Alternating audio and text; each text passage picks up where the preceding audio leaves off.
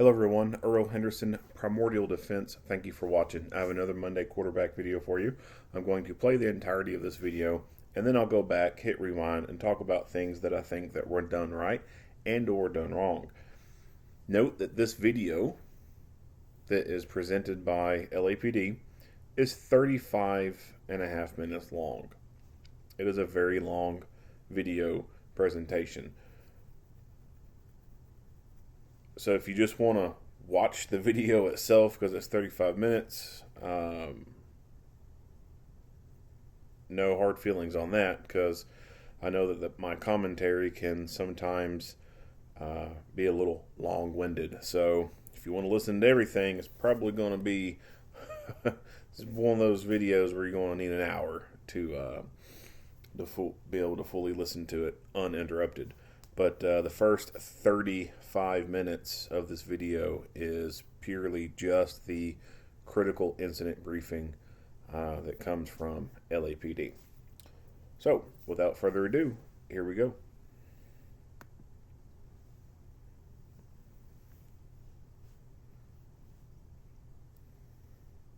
Hello, I'm Captain Stacy Spell, Commanding Officer of Media Relations Division of the Los Angeles Police Department. This critical incident community briefing is intended to provide you with information about an officer-involved shooting that occurred in North Hollywood Division in the city of Los Angeles on December 23, 2021 at around 11:50 a.m. You're about to see relevant video footage and learn about other evidence and police procedures related to the case so you can have a better understanding of what occurred based on what we know right now.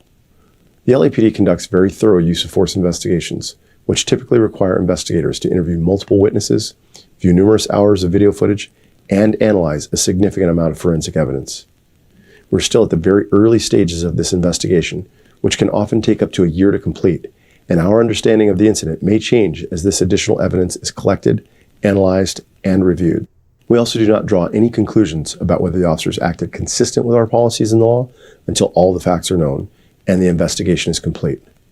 A word of caution. The images and information you're about to see may be disturbing. When a police officer uses force to arrest a suspect or defend against an attack, it can be graphic and difficult to watch. In addition, there may be strong language used by those shown in the video. Viewer discretion is advised, especially for young children and sensitive viewers. Officers assigned to North Hollywood Division responded to a radio call of an assault with a deadly weapon in progress at a business in the 12,100 block of Victory Boulevard. While en route to the location, the officers received multiple radio calls from the same location that there was a possible shooting in progress and there were individuals sheltering in place. Here are several 911 calls and radio broadcasts from this incident. Evacuate! Let's go! Everybody out! 420 with CHP with the transfer. Evacuate the building! Everybody! Evacuate the building! What's the emergency? I had a hostile customer in my store attacking customers. Okay. 12121 Victory Way. Okay, ma'am, where is it, a male or female? Ma'am. He's breaking things. Ma'am, hello, I need you to listen to me so I can send some help. Yeah. Is it a male or a female? Male. What's the name of your store?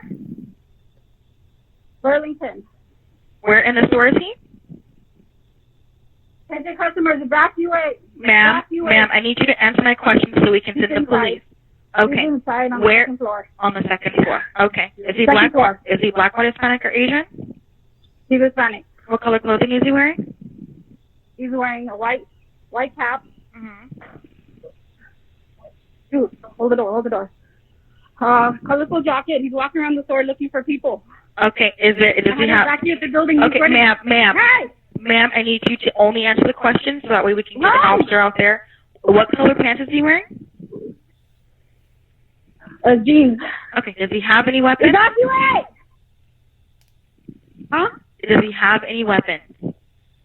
Get out! He's using his bike. He's using one of those bike locks. To hit people? Evacuate! Get out! He's force receiving. Okay, ma'am, he's using a bike lock to hit people? Yeah. Yeah. Okay. No knives or guns, correct?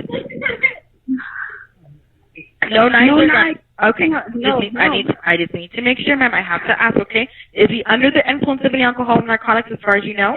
Yeah, most likely, yes. What's your name?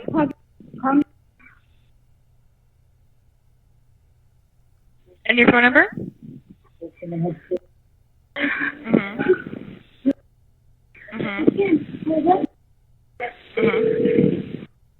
Okay. And is anyone hurt? Does anyone need an ambulance to get out there? Run! No one's hurt right now that I know of. All right. We'll have an Where officer. is he? We're going to have an officer respond over as soon as possible, okay? If anything changes, anyone needs an ambulance, you got any other weapons or anything, give us a call back, okay? Are you outside of the store now? Huh? Are you outside of the store now? No, we're locked still in the office. And okay. we locked ourselves into the office, and the rest of them exited to the emergency doors. Okay. All right. I'm gonna stay on the line with you until the police get there. Okay. One moment. The crazy guy is going crazy. And the emergency exits in the front or in the back? There's like 2-3 emergency exits. Okay. One in the front, 2 in the back. Okay. One moment. Okay, close the door. Yeah. No. Yeah. I don't know if he's still in the building. 77 units in 12X5A, 12X5A, Okay. and the deputy suspect there now, 12121 Victory Boulevard, 12121 Victory Boulevard at Burlington. Dude, where are you? On the second floor, the suspect in Hispanic wearing a multicolored jacket. Do not come in the building, okay? To assault customers Just with a can you spike do me a block. favor and gather those Costumes exits that are outside the into the emergency It's code exit? 31582 and RD 1524. OIS 3911, operator 514. Yes, can you send a unit to Burlington and North Hollywood, please? There's a guy with a gun. You're where, Burlington and what? North Hollywood, please. Okay, I need give me an address, ma'am. I don't know where you are. I don't know the address. It's Victory and Coldwater, the Burlington and North Hollywood. You're giving me too many. Is there anybody there that knows the address where you are? What is the number, the address here? 12? 12? Oh my gosh. We don't know the address. Where are you? In North Hollywood. I know that, but North Hollywood is big. Where? What street are you on? Is this a business or a residence? Boulevard, Victory Boulevard and Laurel Canyon. Okay, are you inside of a residence or inside of a business? Where are you? It's a business. It's a What's the name of Burlington store. It's a Burlington store? Yes. Okay, and the person that has the gun, where are they right now? They are inside and everybody's running away, evacuating the building. Okay, the guy that has the gun, is he black, white, Hispanic, Asian? We don't know, miss. It's just shot. So he shot the gun? Yes. Okay, hold on. Everybody Don't hang up, ma'am. Don't hang up. Okay, you're not gonna hear me, but I can hear you. I'm gonna be talking to the officers. Okay. Okay. Thank you.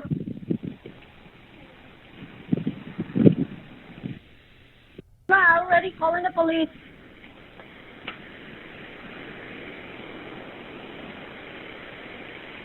On the second floor, these suspects all Hispanic multicolored jacket, white shirt, and jeans attempting to assault the customers with a bike lock. Code 31582 or 1524. North Hollywood units, ambulance, protection, shooting just occurred. Police is coming. Victory Boulevard on Laurel Canyon, Victory Boulevard and Laurel Canyon at the Burlington Code Factory. Stand by for additionals. Code 31586. Hello, can I help you?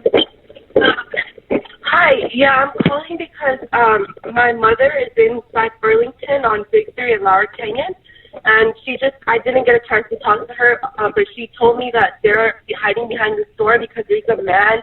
I'm not sure if he has a gun, but I think he's making threats inside the store, and I was just calling in case no one else has called yet. And where was it at? It's Burlington on Victory, and I believe it's Laurel Canyon. Did she give you any type of description? No, she just called me and said that her and my little sister are hiding because there's a man in the store. I don't know if he has a gun or I don't know what he has, but they're hiding. So I'm assuming they're making threats. I don't know. Do you have any description of the I man? don't. No, I didn't talk to her. She just called me and yeah. Okay. What's your name? My name is. And your phone number? Oh, I think the police is on its way actually.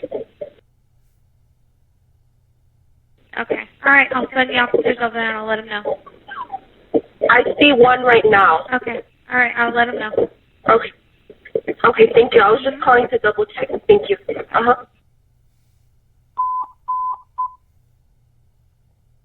Nothing is additional on your ADW shooting, Victory and Laurel Canyon. Suspect is still inside the location. Be advised there are customers and employees hiding inside the location. Unknown suspect description at this time. Still code 3 incident 1586 early 1524. Valentina 10, 15X 56, 15X 66, shooting just occurred, Victory and Laurel Canyon, code 3, incident 1586, RD 1524. Closed circuit television video captured the suspect prior to the officer's arrival. In review of the video, it appears the suspect attacked several people. The suspect entered the store with his bicycle at around 11 a.m. and took the escalator up to the second floor. He laid his bike in an aisle and walked around the store putting on clothes. A store employee made contact with the suspect about his bike. The employee left the area, and the suspect smashed a computer monitor nearby. He then moved on to hit the glass railing. Next, he took the escalator down and encountered another female. He attempted to take her bag, and as the female resisted, the suspect tackled her and hit her with the lock. That female was able to break away and run out of the store. She was not identified. The suspect waited as another female came down the escalator. He attempted to grab her, but she was able to break free and run out of the store. The suspect then went back up to the second floor, to the area by the dressing room, where he observed a third female pushing a shopping cart. The suspect approached that female from behind and struck her over the head with the bike lock. That female crawled away, and the suspect grabbed her and dragged her near the dressing room and continued to beat her with the lock. Here's surveillance footage of the suspect's actions prior to the officer's arrival.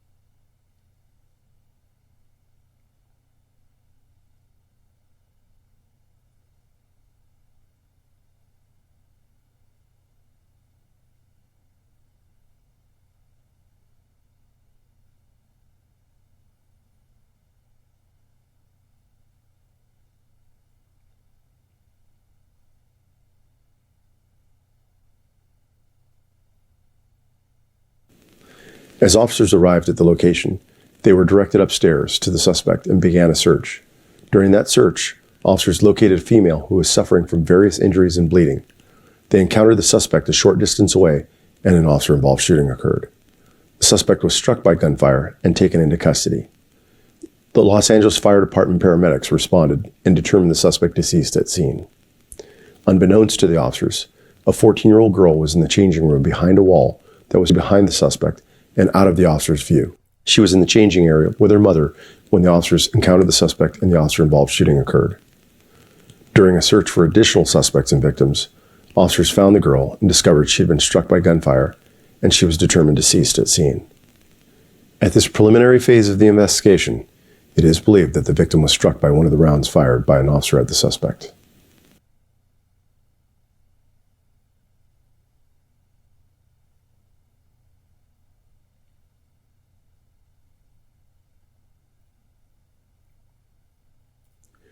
We, at the LAPD, would like to express our most heartfelt condolences and profound regret for the loss of this innocent victim, Valentina Orellana Peralta. There are no words that can describe the depth of the sorrow we feel for this tragic outcome. The suspect was later identified as Daniel Elena Lopez, a 24-year-old resident of Los Angeles. The assault victim was transported to a local hospital where she was admitted for injuries to her head and arms sustained during the suspect's attack. The officer-involved shooting was captured on officer's body-worn camera. Body-worn video cameras are used by most officers assigned to field duties. They are worn at chest level and capture a general perspective within line of sight from that angle. The angle of the camera prohibits viewers from seeing everything the officers saw and experienced. Upon activation, both audio and video will turn on. However, body-worn video cameras have a buffer of video without audio from the previous 2 minutes prior to activation. This feature is designed to capture incidents that occur suddenly, where an officer doesn't immediately activate the camera. Have one unit come in from the east side. He's on the second floor.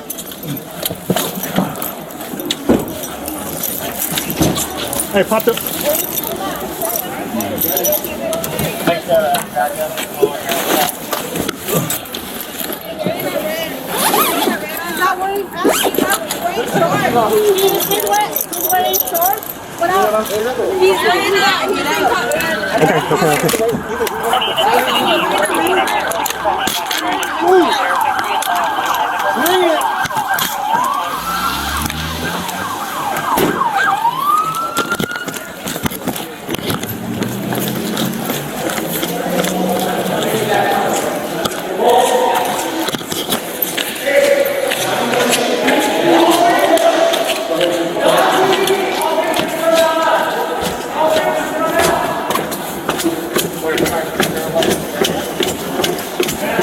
Hey, get distance.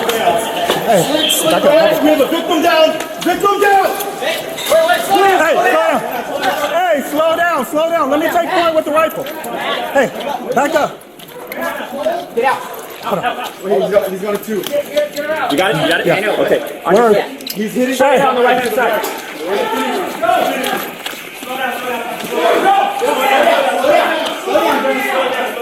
Hey, she's bleeding. She's bleeding.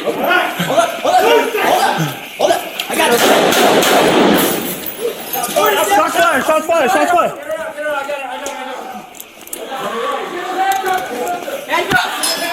Hey, handcuff. Turn around. Get on your fucking stomach. Turn around. Get on your fucking stomach. Turn around. Where's the gun? Get your hand down. Get your hand down. Here, that. Take that. Here, I'll cover. Grab my two first. Hey, I got a stick. It's on now. Get a stick. You can't get the arm. Hey, get all right.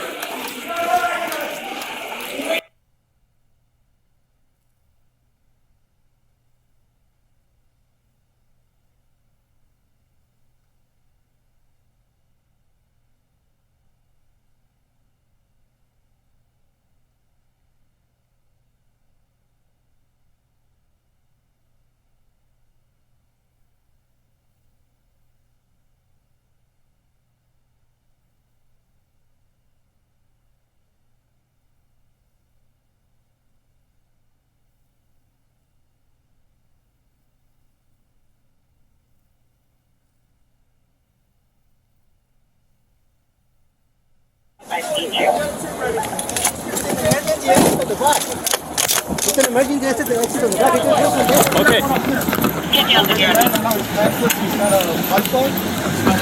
Is anyone else in there? We have associates in there. All right. On your back. Stand back. Let's start moving up. All right. Move. Push. Roger, we're moving up. Stand by. Alright. You say comms on that last station. Hold the frequency for you. And we're going to be moving up right now. Alright, moving up. Whenever you're ready. And then give them that warning. Gotcha. Alright, anybody inside? Come on out, we have to! Alright. Hey, keep going in. We got people inside. Yeah. We're good. Watch the stairs. Watch the stairs. Hey, diamond formation, guys. Diamond formation. We got a diamond formation. Roger. I'm on the right. Diamond formation. Alright, pushing. LAPD! If you're up on the substance floor, make yourself known! Alright, pivoting. I'm trying to... Fine.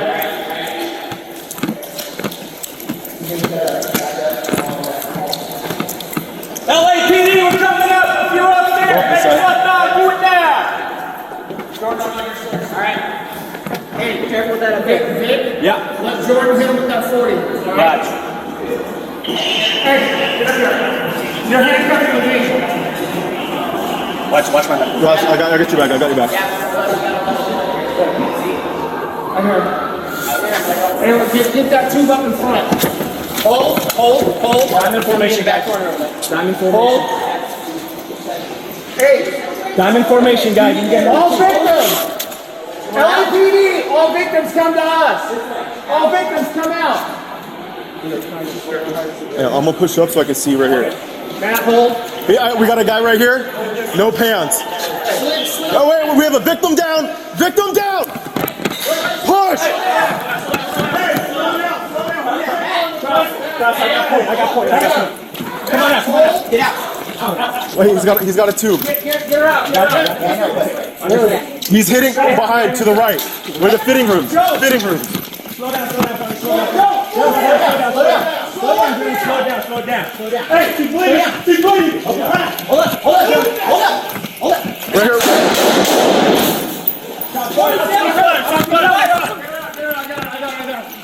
I got him. Get him handcuffed and search him. Get him handcuffed and search. Get your fucking stomach.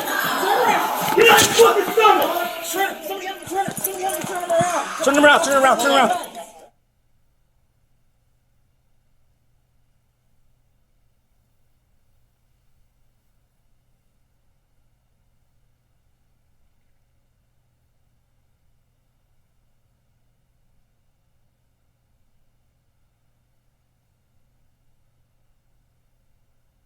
The object that Elena Lopez used to assault the victim was determined to be a heavy-duty cable lock. The weapon was recovered at scene and booked as evidence. The department is still seeking to find any of the unidentified victims, witnesses, or anyone involved. You can contact us by calling 1-877-ASK-LAPD or lacrimestoppers.org. In the next several months, the LAPD will continue to investigate and analyze this incident. We'll continue interviewing any new witnesses that may come forward and complete any forensic tests. After the investigation is complete, our Critical Incident Review Division will forward their findings to the Chief of Police, who will make his recommendation to the Civilian Board of Police Commissioners. The board will evaluate the evidence to determine whether the officer's tactics, drawing and exhibiting a weapon, and use of deadly force in this instance met the high standards expected of all LAPD officers. Additionally, representatives from the State of California Department of Justice, Attorney General's Office, and the Office of the Inspector General, who responded to the scene, will review the subsequent Force Investigation Division investigation, evidence collected, and witness statements to determine if the force used by the officer was reasonable. If you would like more information on the LAPD's use of force policies and procedures, visit lapdonline.org. Thank you for taking the time to view this critical incident community briefing. All right. Let's get into it.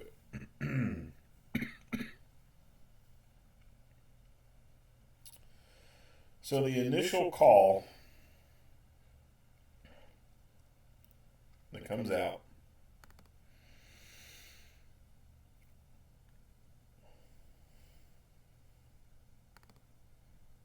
Male or female?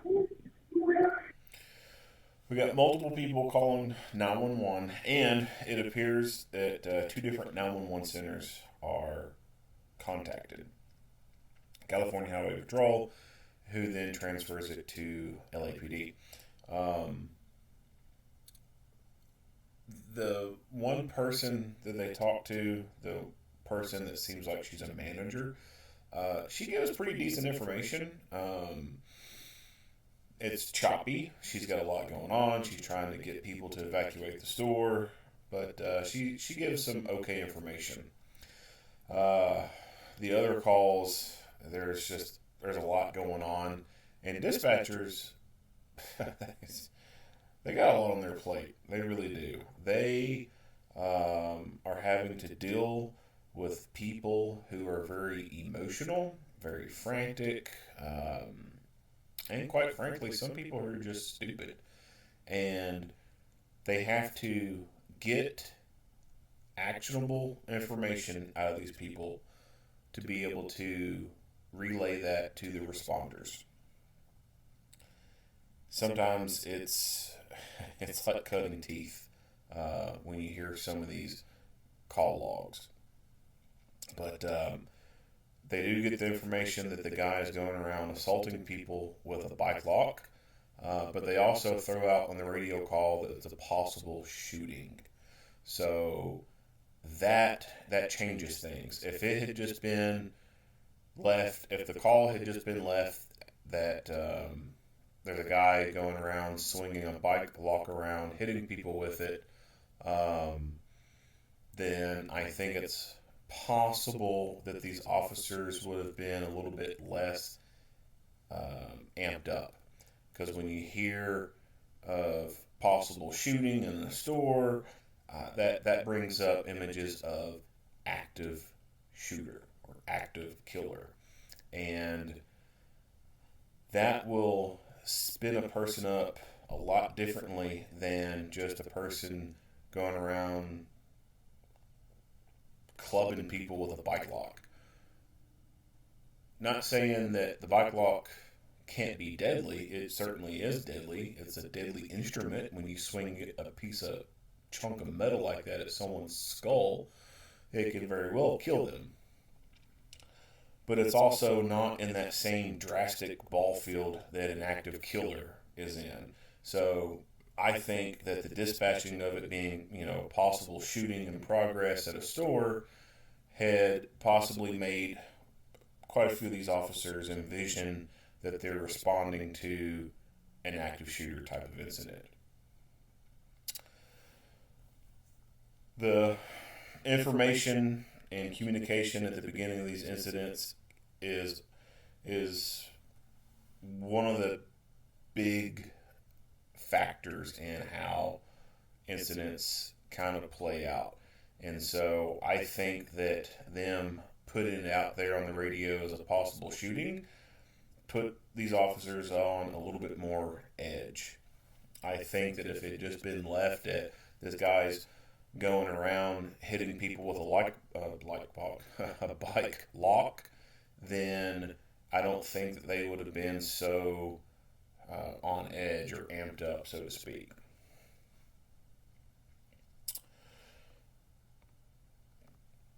We get a good deal of in-store camera footage.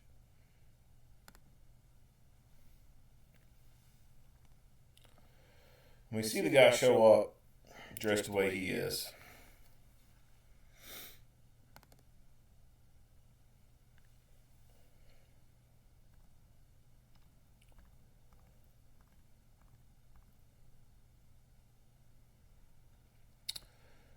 And notice how he's dressed. He's got the black shoes with the white tread on it, these black jean-looking shorts. I don't know what kind of shorts those are. Gray socks and his little black tank top, a little tan hat. Well, he goes searching around for different clothes to put on. And he has these clothes on, and he's walking this way. Now, this woman right here, we end up seeing her later over in here with these other employees. I think she's an employee of the store, possibly loss prevention. I don't know, but she seems to be watching this guy and seeing what he's doing.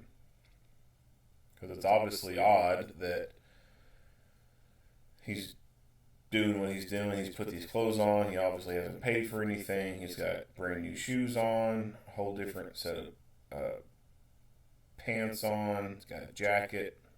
And then we see her kind of stand and turn and stare at him.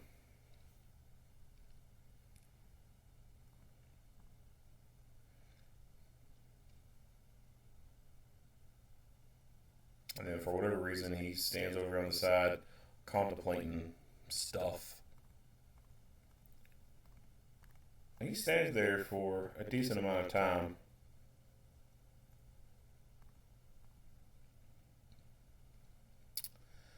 It looks like to me that maybe he was thinking about throwing this bike over the edge and hitting somebody with it.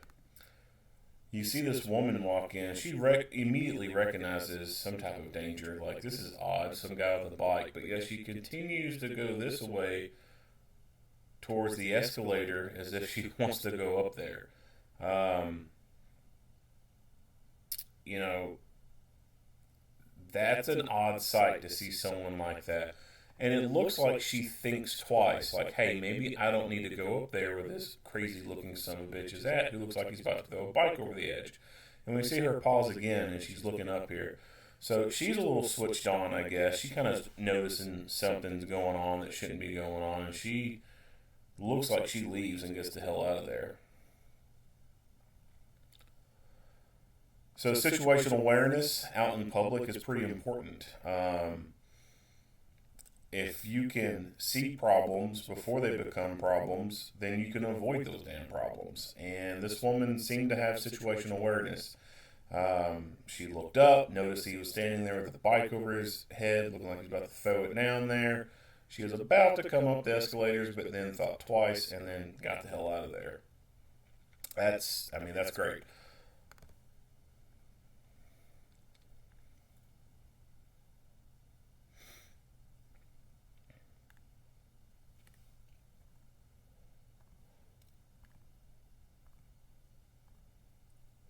You know, we see the woman in the red again. And there's a camera somewhere right over in here, because when we were seeing him over there by the glass in the escalator, you could see the front of this box right here sticking out just a little bit within the camera view. So somewhere above their head is a camera, and you actually see him later on jump up and try to hit a camera with his bike lock. But again, we can see the woman in the red standing over here, and it seems like she might be an employee. So I'll back this up. So I don't know if he just reached out there and got him a handful of booty, or he slapped her on the butt, or what he did, but he obviously reached out and assaulted this woman. The woman in the red is on her phone.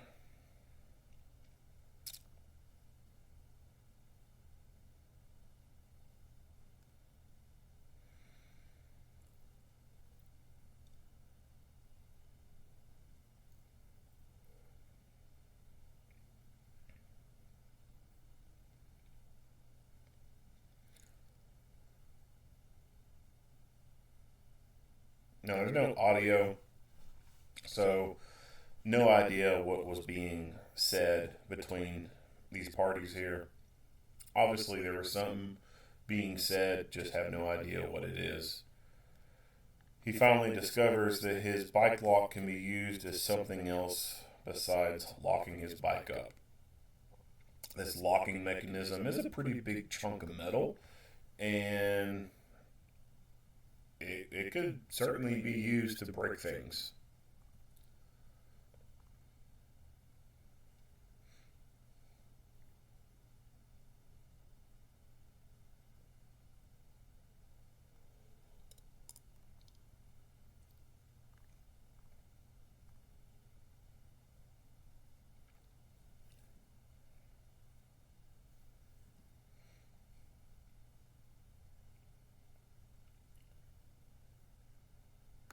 So what this dumbass should have done when he was going around searching for more clothes to put on, he should have found a belt to put on.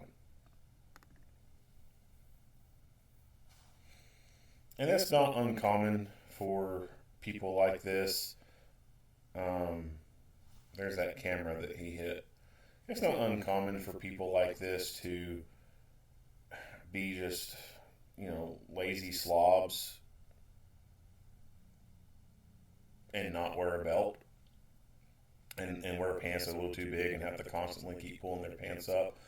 Stupid people typically do that. Lazy, just slobbish, like piece of shit people. That's kind of a common thing that I've noticed in life is people who just go every day with pants that are just a size too much bigger and without a belt, and they're always constantly pulling their pants up. Like I have not met any executives of a successful business wearing clothing like that. Like successful people wear belts.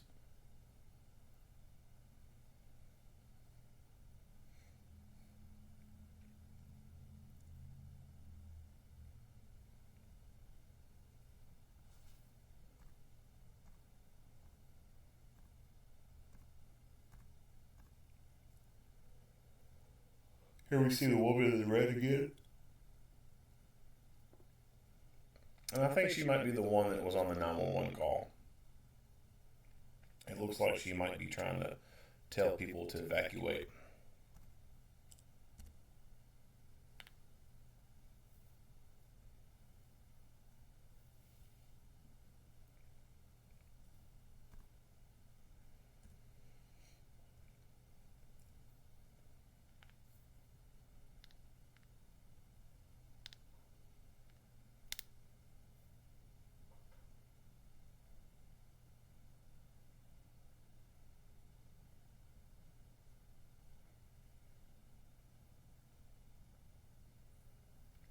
So I'm not sure if this woman recognized anything about what was going on. I would hope that she didn't see this guy beforehand and knew that he was a problem. I'm hoping that at this point she has no idea that this guy's the bad guy.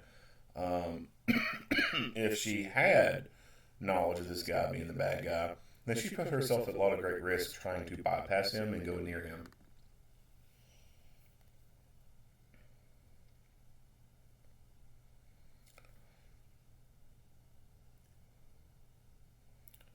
So we see that he assaults her, tries to pin her up against the thing.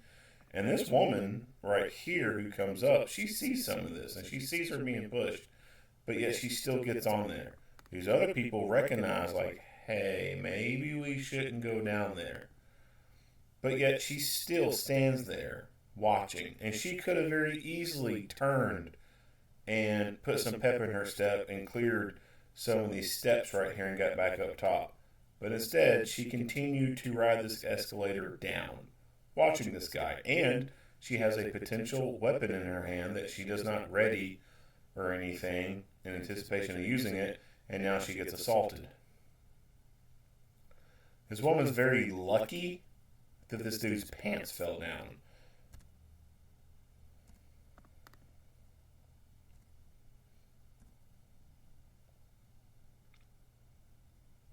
Very lucky that his pants were down.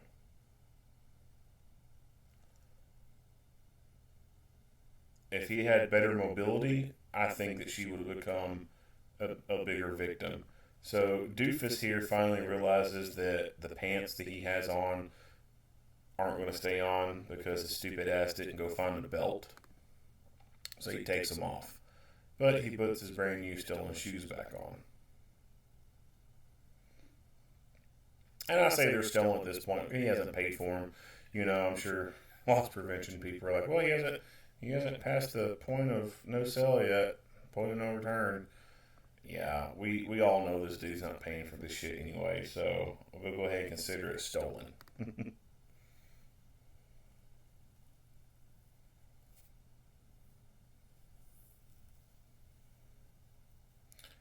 Now, both escalators were working at this point, up and down. So he goes outside, stays outside for about a minute and a half. There's no footage or any explanation of what he does when he's outside, but he decides to come back into the store.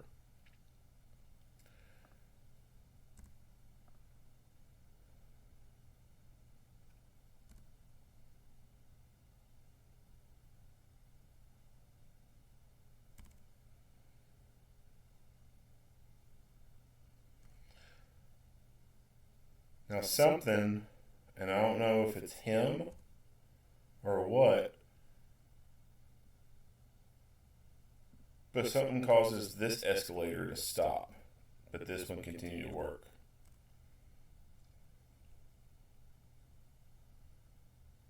Not sure. It doesn't, I mean, you can't see very well. It doesn't look like he actively did something to make this thing shut down, but something happened.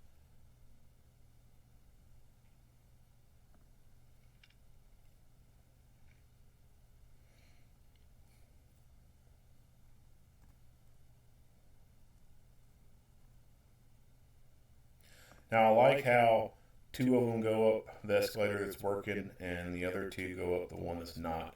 That way they're putting two people up front here who can engage once they get up to this point right here where they have visibility into the second floor versus all in a stack on this escalator, and then there only be one person to the front who can get good visual, and then the second person. At least with this, they're maximizing their coverage, I guess you could say, up into this landing. So I like how they make the approach from both of these escalators. They get them all up on this second floor faster at once.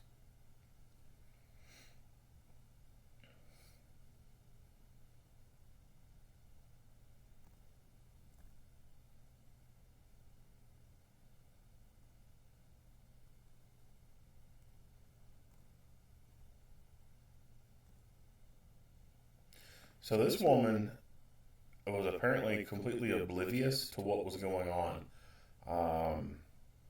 We hear the woman at the beginning on the 911 call saying for customers to evacuate, and it almost sounded like to me she was on the PA or the intercom system in the store. But I can't say that for sure, but it sounded like she was. And then, of course, you see everyone running, getting out of the store. But this woman, well, she's still going around shopping. So it's possible she speaks another language, and English she's not very good with.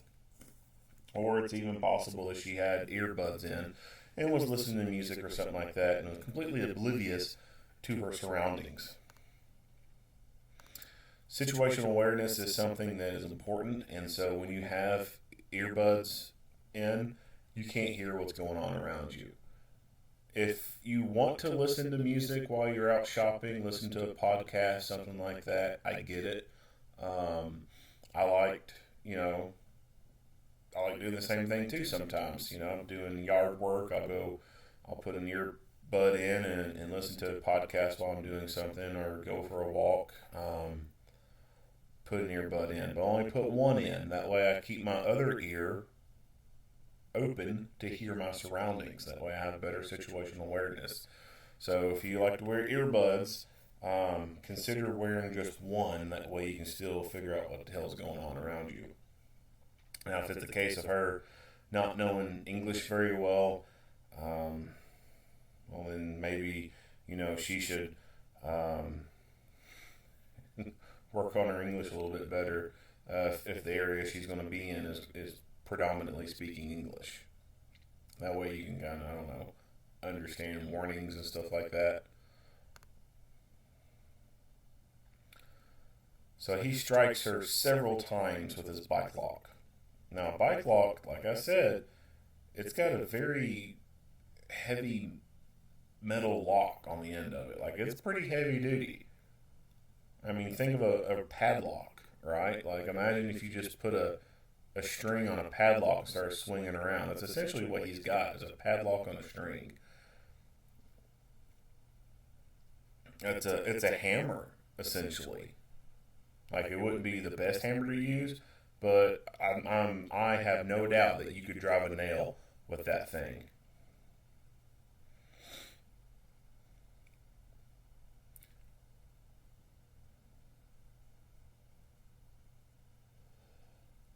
He obviously sees and hears police, and he drags her into this aisle.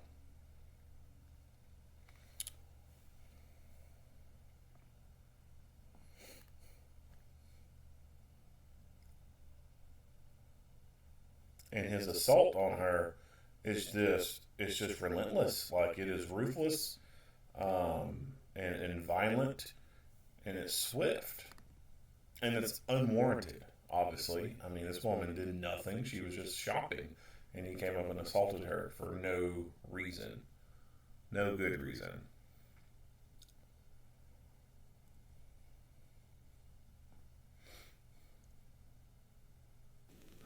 As officers arrived at the location, officers located a female who was suffering from various injuries and bleeding. Department officers out of officers found the girl and discovered she had been struck by. So we go back. So here's this angle right here that exists. For whatever reason, they did not include the police coming around here and then shooting. I don't know why they show the body cam footage of this officer shooting, but for whatever reason, they don't provide the footage from that angle when he shoots. They just provide this angle. And assert suspect found the fired by. So we're not going to ignore this. We're going to talk about this, but we'll get to it. We found no word. The suspect was later identified. The assault gained during body-worn video active law and or body observation. Officer does. One unit come in from the east side. He's on the second floor. The east side. He's on the second floor.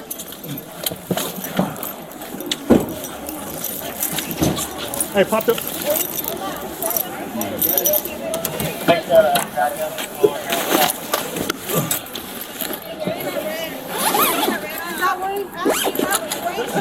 Now look at this old school rifle. Like, this motherfucker's old. I seriously doubt that, they bought this rifle recently in this configuration. Like, this is a rifle that has been in their armory, their inventory for a while. I mean, just look at the damage. It is old. The carry handle is still a part of the upper receiver. There are people who are alive right now who probably don't even know that when these things were first made, the carry handle was permanently a part of the upper receiver. Like, that's how it was made. It wasn't a detachable thing. So the old stock, the old Vietnam era handguards on it, like, this thing's old. Like, I would not be surprised if this thing had been in inventory since like the 70s or something like that, and they're still rocking it. That happens still here in the U.S. Our Kentucky State Police here in Kentucky, some of our troopers are rocking old Vietnam era rifles. They work. They certainly still work, but it's something when you see an old rifle like this being put into play.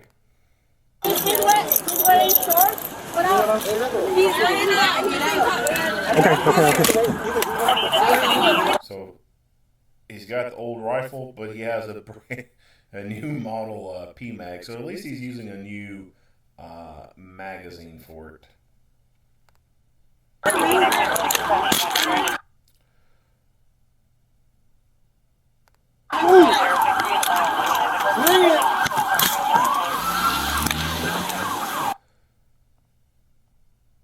He charges it and puts the dust cover back over top of it for whatever reason, and then he starts to take off. It does not appear as though he grabs anything else.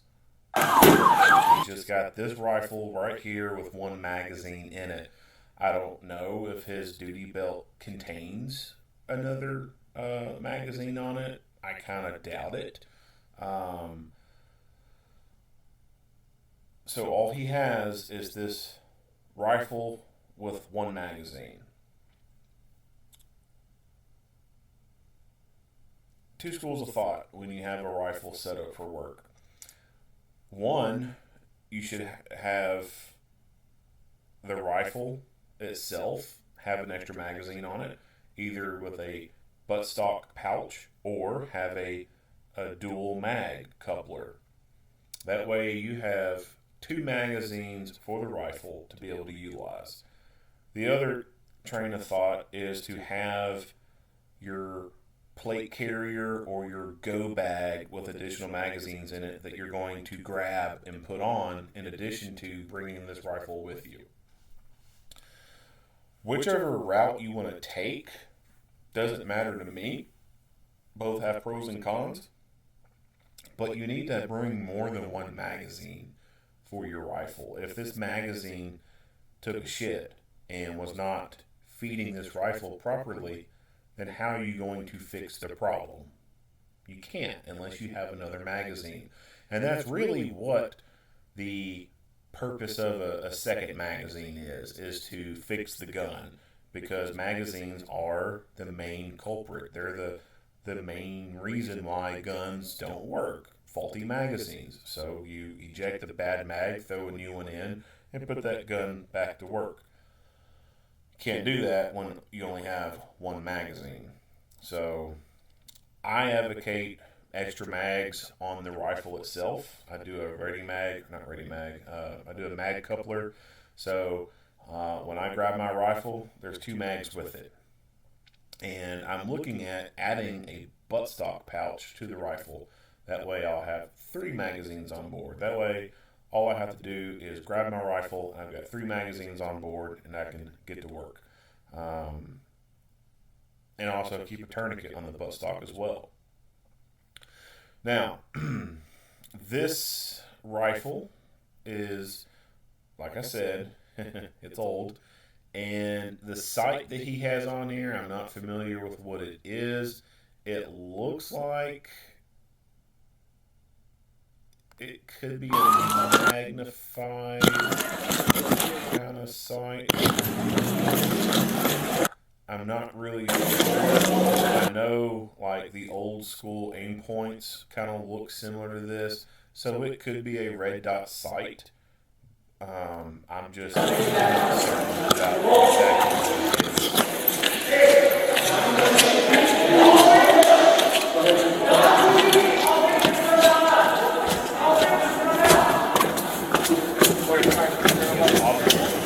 A left-handed shooter. Hey, It almost looks like an ACOG in a way. your distance. Hey, back up. We have a victim down. Victim down. Hey, slow down. Slow down. Let me take point with the rifle.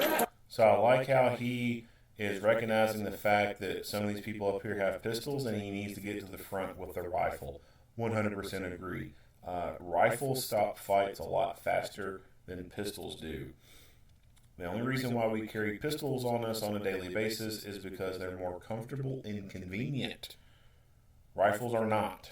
Rifles are cumbersome. They're not very comfortable to carry around for long periods of time. If you're in an office setting and you're carrying the rifle around, the muzzle, bangs in the shit and knocks stuff off desks. You muzzle will scrape up against the wall going down the hallway. Trying to get in and out of cars with the damn thing on is not too comfortable. It's just not comfortable or convenient to carry a rifle every single day. And you don't really need a rifle every single day, because you're not getting into gunfights every single day. There are police officers who go their entire career and they never have to shoot anybody. Now, if it was the other way around, where police were having to get into gunfights every day, then I think obviously things would kind of change. People would be like, hey, let me start carrying some better guns. And they would start carrying rifles on a more daily basis. But it's just more convenient to carry a pistol on you every single day for what ifs. Because that's all it is for, is what if something happens. Because police are not getting in the gunfights every single day. Now, when you look at, nationally, all across the board, from coast to coast, looking at every state, every, city, county, whatever, obviously, they get into, quite a few shootings when you look at it, that way. But think about your hometown. When's the last time your local police got involved in a shooting? Probably been a minute. And even if it was something recent, what about before that time? How long before that was there a shooting? Your local police departments are not getting into daily shootouts with people. So there's kind of no need to carry a rifle on your body every damn day. The pistol meets that need. But just know that pistol ammunition sucks, and if you're going to a gunfight, bring a rifle. And bring your friends with rifles. Rifles will put people down a lot faster than pistols do. There's been a lot of people who have gotten back up after being shot with pistol, but there's not that many who've gotten back up after having been shot with a rifle.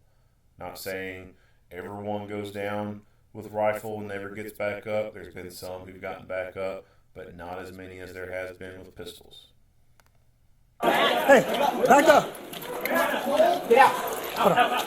He's got a two. You got it? Yeah. I know. Okay. So, I don't know what he's doing when he's moving this rifle around and taking his hand off of it. He's hitting right on the right hand side.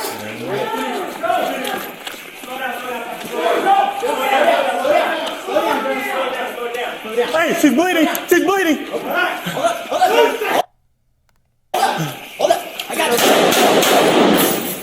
So he fires 3 rounds. Shots fired. One of those rounds goes to that wall and kills the little girl back there. Hey, back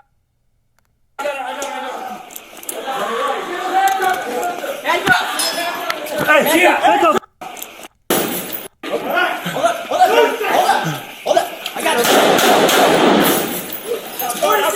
Shots fired.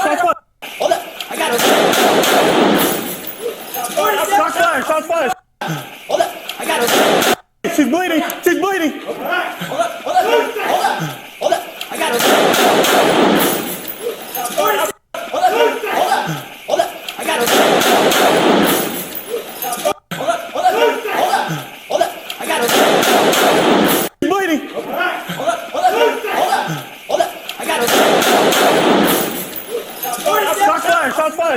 got it. Shots fired.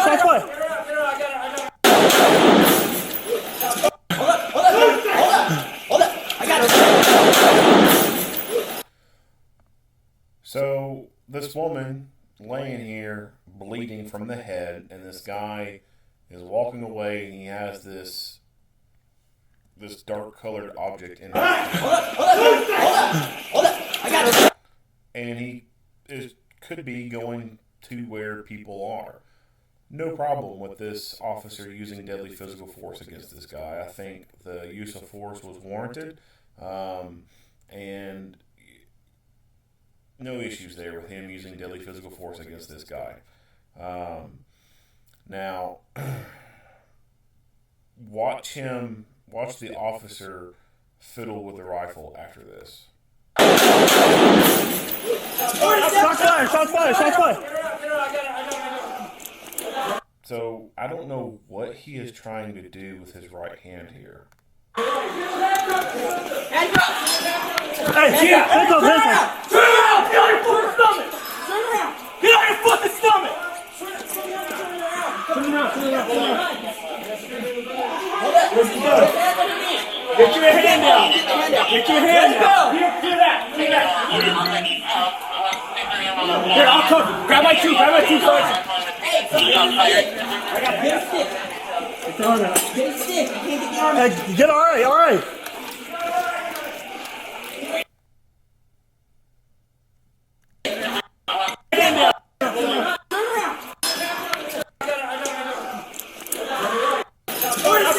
Shots fired. Hold up. I got it. Shots fired.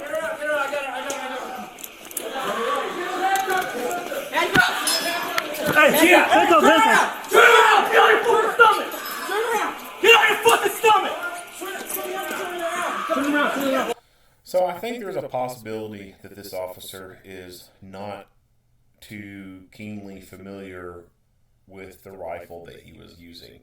There was a lot of like finicky, like fiddling with the side of the rifle that there's nothing there for him to be dicking around with unless he's wanting to hit the magazine release and get the magazine out, but there's no need for that. I don't know. That just seems like to me that other than qualifying with the rifle, it doesn't seem like to me he's had a whole lot of experience with that rifle. Then he gets up here and he just kind of stands here but doesn't do anything else. Of course, these other people step in and start going hands-on, but we don't get to see very well what he does. Get your hand down. Get your hand down. Here,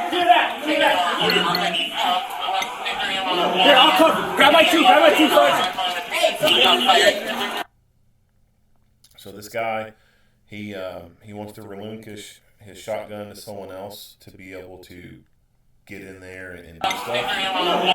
He has a sling. He could very easily sling the shotgun and do things. I don't think that people have a whole lot of experience with slings. Or comfortable. Here, I'll cover. Grab my two. Because he could have very easily, like I said, he could have very easily slung this shotgun and perform whatever task he needed to perform, but instead he wants to relinquish this thing to someone else and have them take control over it. Grab my two, Sergeant. And of course, the officer that has the rifle, who's grabbing this shotgun, he's got a sling on his rifle. But it doesn't appear to me that he's utilizing it in any way. I got a big stick. Big stick. I can't get the arm. Hey, get all right.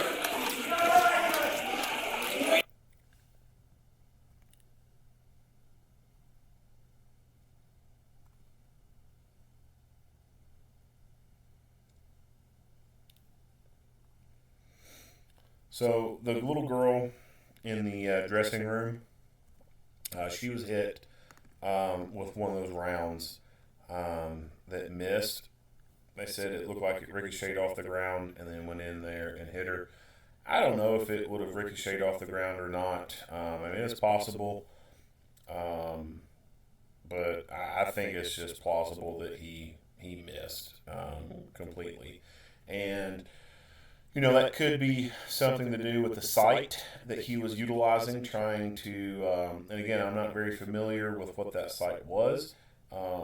It kind of looked like maybe a magnification kind of thing. Like I said, it kind of has like this profile of an ACOG or whatever. I don't think it's an ACOG. I mean, I'm not a big ACOG fan or anything like that.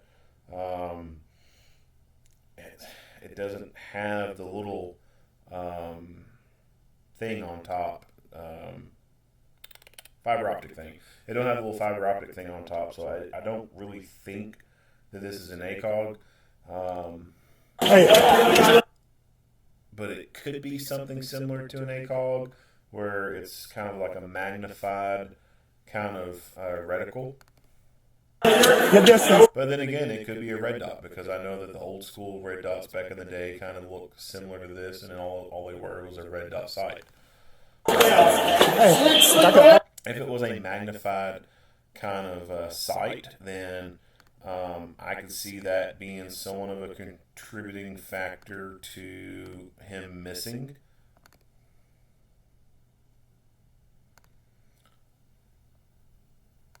missing while, firing 3 rapid rounds. Coupled with the fact that I don't think that he has had a lot of trigger time on this rifle. I'm sure he has had trigger time on a rifle like it and has qualified on it, but that particular rifle, or ones like it, I don't think that he has spent a whole lot of time on them, just based off how he was kind of fiddling with the side of the rifle where there's really no need to be fiddling with it. And he just seems to be kind of awkwardly handling the rifle, like he just doesn't have a whole lot of experience with a rifle. And that's not too uncommon within the law enforcement world. Rifles are not used all the time. Pistols are predominantly used most of the time because that's what's on officers all the time. And it's what's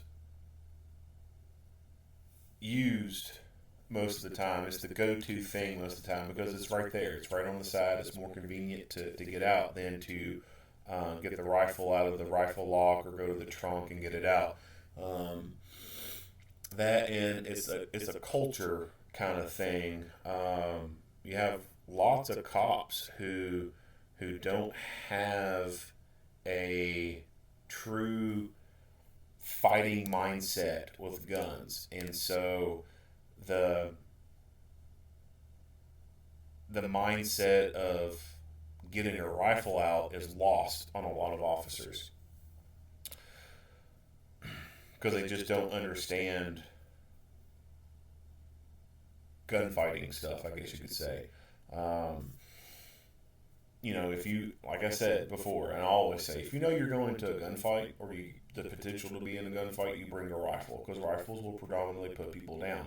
Now, obviously, I think he recognized this because he was wanting to be in the lead in the front with the rifle, but I just don't necessarily think that he has gotten enough trigger time on a rifle to be very proficient with it, and I think that's a contributing factor to why one round missed and went through the wall and killed an innocent little girl out shopping with her family.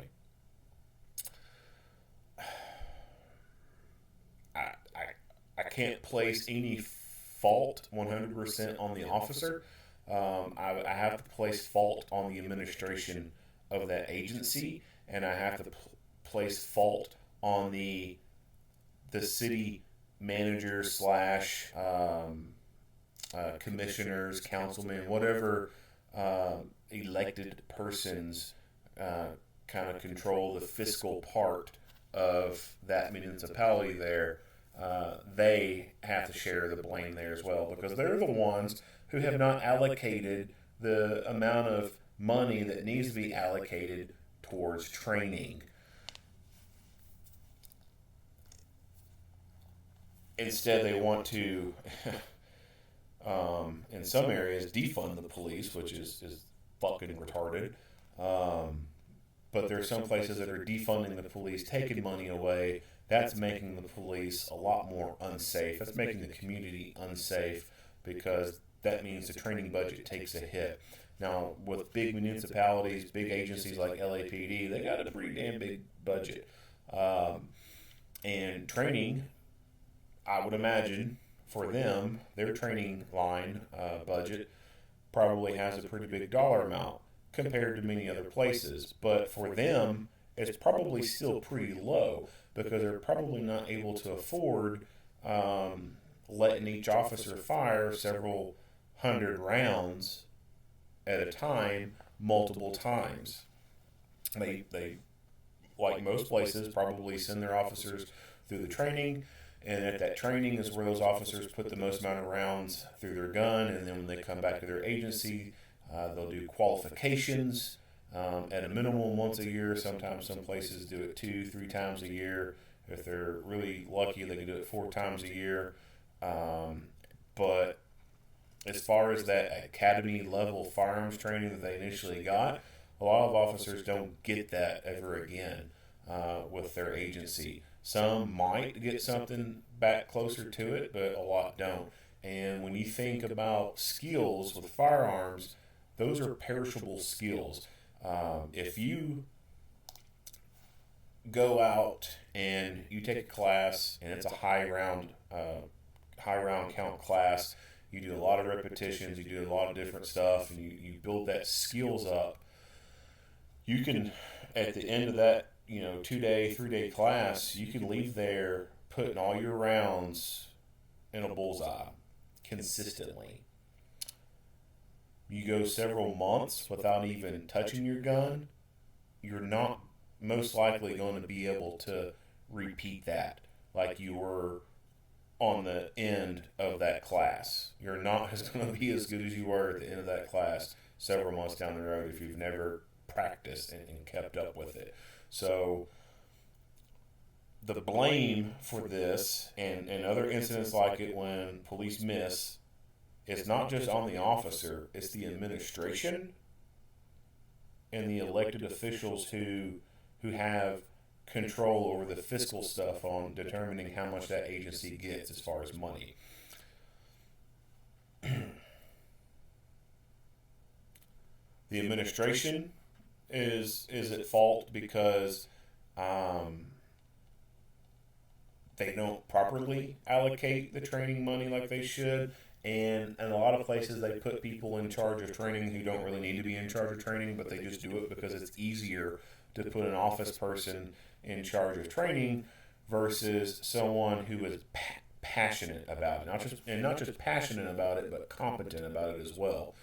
Some agencies do good and they get the right people to take on instructor roles, but a lot of places they'll pick a person out of the office, someone with rank, they'll send them through an instructor school, and they're the ones who do the training.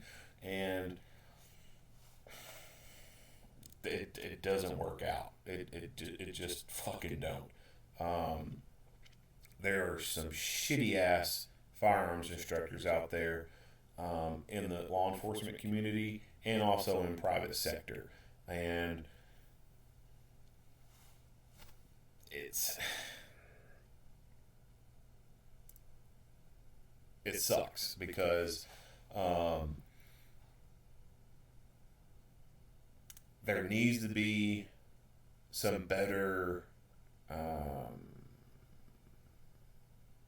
requirements in place, better standards in place to make sure that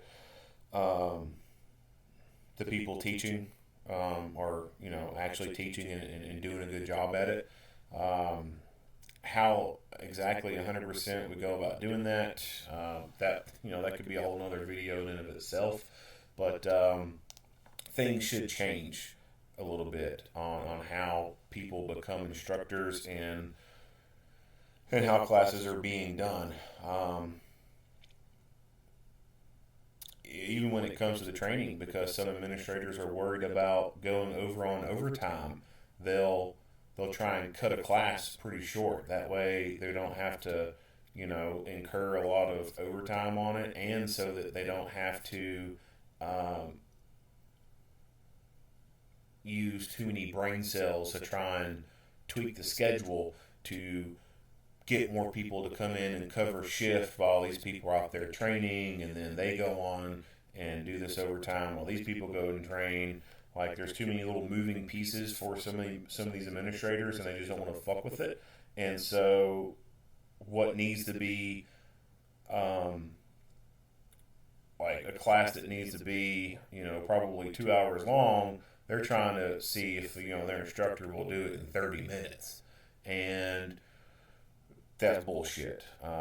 There's just there's just some things you cannot be shortcutting, and training's one of them. So shame on the administrators that do that, and shame on the fucking instructors who cave into that kind of shit. Those instructors should be telling those administrators, no, we're not cutting this class short. This class is going to go the full X amount of time, and that's it. But a lot of people cave because they like to keep that rank. They like to keep their place in the office. They don't want to go back to the street. They don't want to go back to the floor. They want to stay in the office. And so sometimes those people won't he won't stand up and do the right thing. And some of the blame needs to go on this officer too. This officer needs to recognize that even if his agency is not providing enough trigger time to go practice and stuff like that, then he should take it upon himself to go sharpen his skill, so to speak, and pay out of pocket to practice with a similar rifle like this. But to try and put 100% blame on this officer, no, absolutely not. I think it's a shared blame and more of a heavy-weighted blame that is closer towards the administrators, instructors, and the elected officials who control the budgets. Anyway, that's kind of a long rant. What else I got on my list here?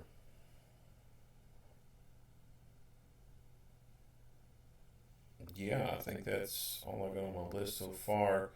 Let me go. So when it comes to this little quad view thing, like sometimes you have to kind of pause and go back to get a better feeling for the layout and who's who.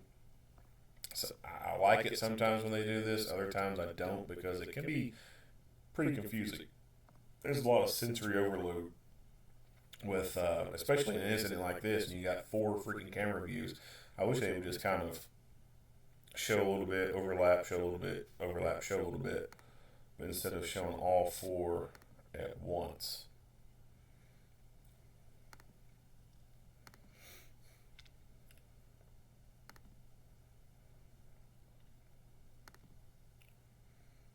I don't think there was anything else to...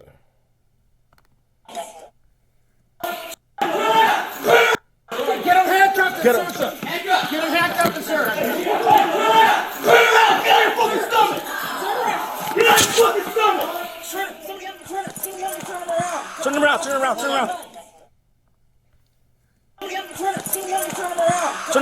around. So we see this guy on the top. He starts to go back here towards the dressing room. You can hear the people in the back screaming while they're over here tending to this guy. This is a crappy situation. It sucks when innocent people die when they were literally doing nothing wrong or anything like that, and then bad things happen to them. It's horrible. It sucks. Wish it didn't happen, but it happens. And I've talked about before in other videos, it is common for rounds to be missed in gunfights. And the training is always talking about every round you send out has your name on it, every round you're accountable for, etc. And it's true. Every round you send out has your name on it. You're accountable for every round you fire. Now, in some scenarios, it's a very high stress, very dynamic kind of situation. Multiple rounds being fired. Sometimes missed rounds occur. In this particular incident, based off what I could see, I think that if the officer had more trigger time, then I think there would be a less and better equipment. If he had better trigger time and better equipment, I think that there would have been a less likely chance of a round missing and going through that wall and hitting that girl.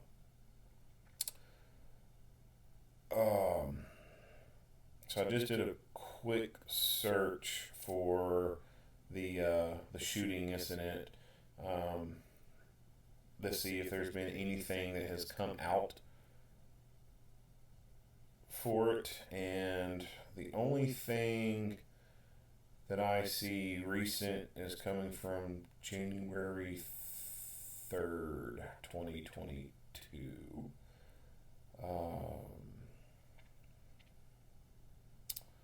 So this comes from Daily Mail. It says LAPD cop who fatally shot girl 14 at Hollywood store is shattered. William Dorsey Jones Jr., 42, has served in the LAPD for more than 10 years when he fatally shot Valentina Orellana Peralta, 14, on December 23rd. Jones' attorney says he is shattered by the shooting, but said he was acting the way he was trained to do. Jones reportedly opened the Officers for Change at Risk Youth Profit and showcased in a since-removed website his community engagement. He often shared pictures of him delivering gifts to children and coaching football to high school teams. And an attorney for the family is saying that his shooting was unreasonable use of force and a breach of policy. So, of course, anytime, the police, accidentally kill people, the family is going to most likely sue, and will, of course, because they're suing, they're going to say it's an unreasonable use of force and a breach of policy. That, that kind of argument would go towards them being able to win a lawsuit. They just can't sue and say, oh, it's unfortunate this happened, but we want to sue. You can't really win a lawsuit that way.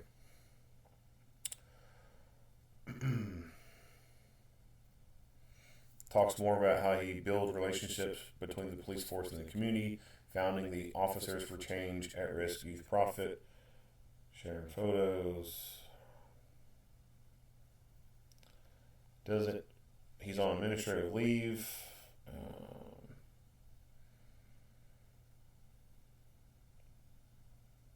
But it doesn't say anything more about him.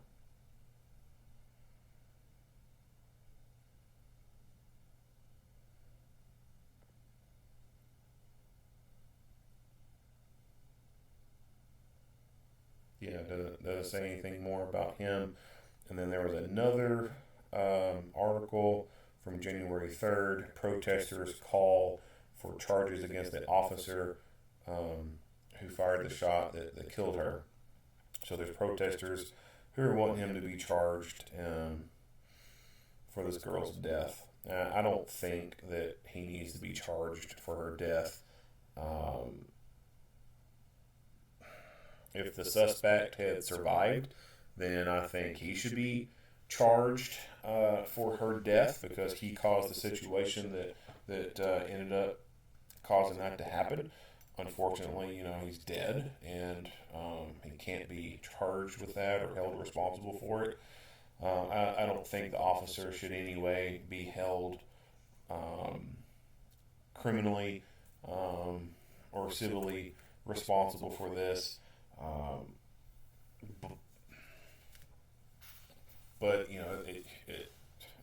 it's hard to explain that to the people who already hate the police anyway. And most of these protesters, I can guarantee you, they already hate the police. They don't like the police. They're anti-police, and this is just more ammo for them, so to speak. Highly doubt there's any people in the crowd who are pro-police who are like, yeah, this guy needs to be charged, blah, blah, blah. It's always people who hate the police. And these people who hate the police is because they have criminal backgrounds, right? Like, they're fucking shitheads. They've been arrested multiple times, and they want to blame police for the failures in their life. When instead they need to be blaming themselves for their own failures. But anyway, that could be a whole nother rant in and of itself, another video. But I'm going to end it right there. So if you like what you hear and see, go ahead and give me a like and a share. If you have not already, hit that subscribe button and stay tuned for more Monday quarterback videos. Earl Henderson, Primordial Defense. Thank you for watching.